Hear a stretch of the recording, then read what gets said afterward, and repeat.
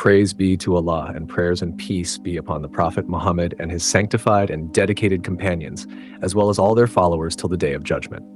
The life of Al-Faruq Umar ibn al-Khattab is a shining page of Islamic history, a history that outshines and supersedes all others.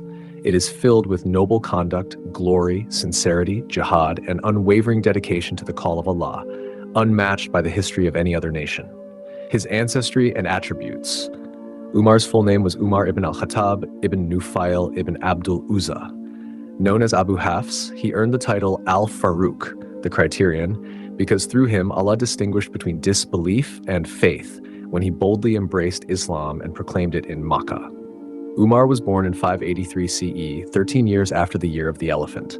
His father, al-Khattab ibn Nufail, was a man of prominence, while his grandfather Nufail was known for settling disputes among the Quraysh. His mother was Hantama bint Hashim bin al-Mughira. His physical appearance. Umar was tall, muscular, and imposing, with a reddish complexion. His strength was legendary, and his presence commanding. When he walked briskly. When he spoke, his words were clear and decisive, and when he struck, his blows were fierce. His early life in the pre-Islamic society. Umar grew up in the pre-Islamic era, living a life marked by its harsh realities. Unlike many of his peers, he had the rare skill of literacy, which elevated him in the eyes of the Quraysh. From an early age, he bore significant responsibilities, enduring a harsh upbringing under his father, who forced him to tend to camels. Despite these challenges, Umar excelled in various pursuits. He mastered wrestling, riding, and horsemanship, and had a deep appreciation for poetry. He attended major Arab fairs such as Ukaz and Dual Majaz, where he gained insights into the history and affairs of the tribes. Through trade, Umar became one of the wealthy individuals of Makkah, traveling to regions like Syria and Yemen. His intelligence, eloquence, and strong personality earned him the role of ambassador for the Quraysh, representing them in matters of war and diplomacy. Before embracing Islam. Umar was a staunch opponent of Islam before his conversion. He vehemently resisted the message of Prophet Muhammad to the point of threatening to kill him. He persecuted Muslims and defended the customs and traditions of pre-Islamic society with fervor. However, this deep understanding of pre-Islamic ignorance made him all the more passionate about Islam once he embraced it. Recognizing the vast difference between truth and falsehood, he famously declared, "The bonds of Islam will be undone one by one when there will be a generation brought up in Islam who do not know what ignorance is." His conversion to Islam. When a small group of Muslims migrated to Abyssinia, Umar became deeply concerned about the unity of the Quraysh. In his frustration, he resolved to assassinate the Prophet Muhammad. On his way to carry out this intention, he encountered his close friend, Nuaym bin Abdullah, who had secretly accepted Islam. Nuaym advised Umar to first look into his own household, as his sister and her husband had embraced Islam. Upon reaching their home, Umar found them reciting verses from Surah Taha. Anger flared, and he began quarreling with his brother-in-law. When his sister intervened, he struck her with such force that she fell, bleeding. Despite the pain, she stood firm, declaring, "You may kill us, but we will not abandon Islam." Moved by their unwavering faith and feeling guilt for his actions, Umar asked to see the scripture they were reciting. His sister refused, saying, "You are impure, and no unclean person can touch the scripture." Umar purified himself, and when he finally read the verses, his heart softened. The words of the Quran penetrated his soul, planting the first seeds of faith. Even before this, Umar had begun to feel the stirrings of doubt. He was deeply affected when he saw a Muslim woman, Abdullah, preparing to migrate to Abyssinia due to the persecution she faced.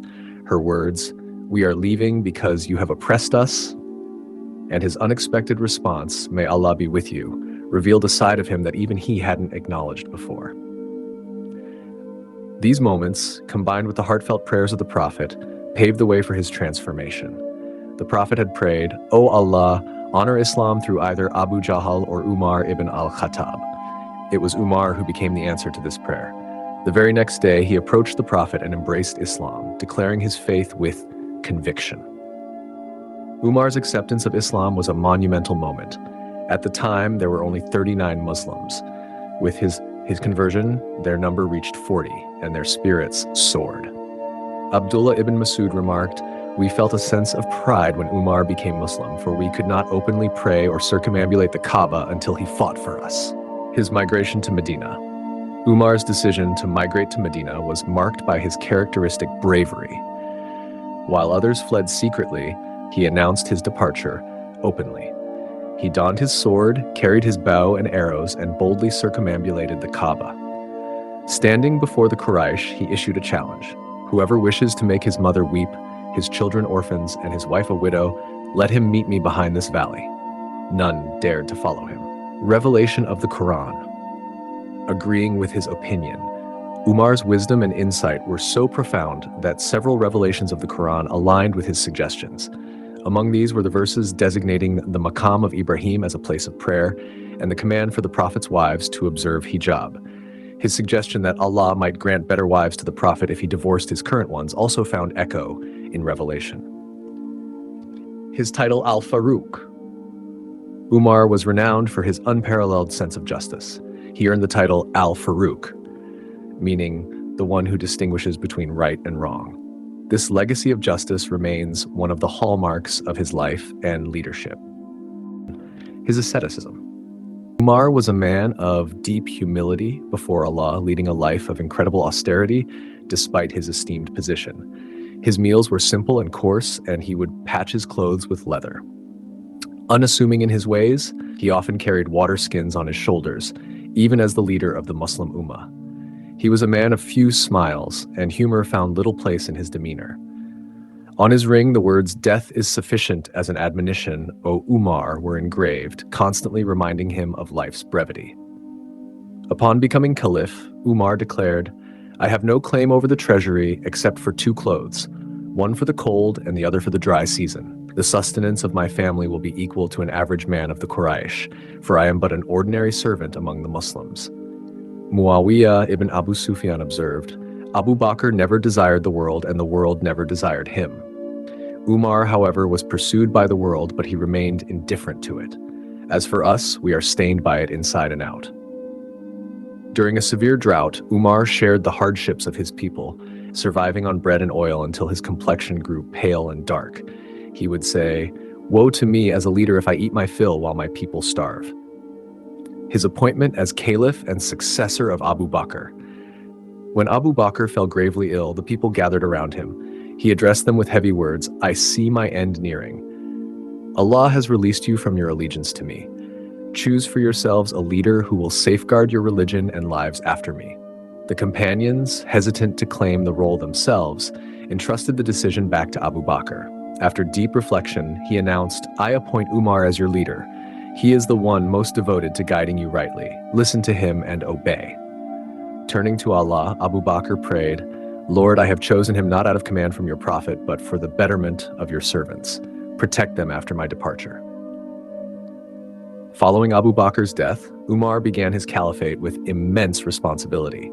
This decision, endorsed through mutual consultation, set a powerful precedent for shura in Islamic governance. His reign as Caliph, under Umar's leadership, the Muslim Ummah flourished, achieving remarkable milestones. 1. The Hijri calendar. Umar introduced the lunar calendar, marking time from the Prophet's migration to Medina. 2. Territorial expansion. The Islamic Empire expanded exponentially, encompassing Iraq, Egypt, Persia, and more, including the historic conquest of Jerusalem. 3. Administrative reforms. Umar established various governmental roles such as chief secretary, treasury officer, and police chief. 4. Justice and accountability. He introduced systems to investigate complaints against state officials and banned governors from engaging in trade. 5. Public records. Umar created a system for recording the duties of soldiers and officials, a groundbreaking step for civil administration. His martyrdom. After completing Hajj in 23 AA, Umar prayed fervently, "O Allah, grant me martyrdom in your cause and allow me to die in the city of your messenger." Allah granted his plea. During Fajr prayer, a fire worshipper, Abu Lulu, stabbed Umar multiple times. Umar, gravely wounded, ensured the prayer was completed before being carried home. Upon learning that his assailant was not a Muslim, he praised Allah, "All praise is due to Allah, who did not afflict me by the hands of a believer." Gathering his trusted companions, Umar instructed them to select a caliph within 3 days and appointed Suhaib to lead prayers in the interim. His final hours were spent in reflection, gratitude, and supplication to Allah. When he passed away at the age of 63, he was buried beside the Prophet and Abu Bakr, fulfilling his lifelong wish to remain close to them even in death. Sayings of Umar that became eternal wisdom.